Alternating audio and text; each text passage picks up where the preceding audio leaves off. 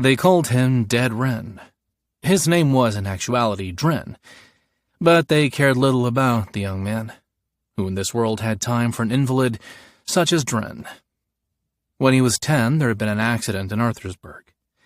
The dynamite carts, destined to continue expansion of the West End copper mine, bumped as the young Dren had passed by.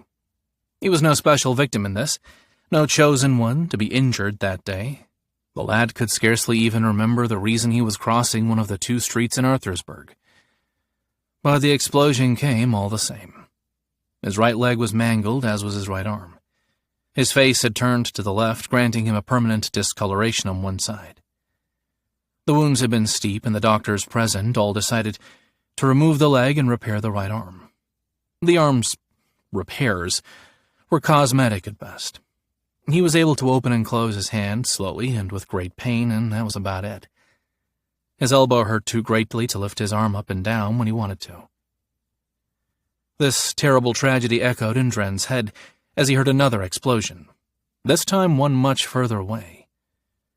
In the forest, at the edge of Dren's small home, was a pillar of smoke, billowing high into the air. A crowd of people had gathered by the village gate, but none ventured forth.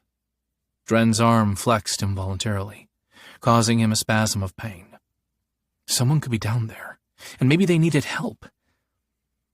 Dren secured his wooden leg and began to hobble his way down the hill, leading into the forest. His home was getting smaller and smaller as the rest of Arthur'sburg continued to develop in accordance with the times. His home was a crafting village. 20 years before he had been born, a miner by the name of Arthur Twisp arrived to a small hamlet with a crate full of dynamite and a very convincing story. 2 explosions later, and the town had copper by the wheelbarrow full. Arthur'sburg became a boom town overnight, with hundreds of machinists, tinkerers, and alchemists arriving within days of the copper discovery. The hamlet was eager to expand, as the people had none of the finer things of the big cities.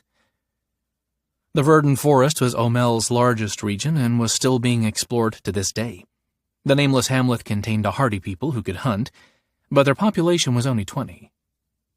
When they saw Arthur Twisp's golden pocket watch, his fancy harmonica, and the steel soldier's pipe he enjoyed, they all agreed that there was no harm in watching the mountain they lived by explode.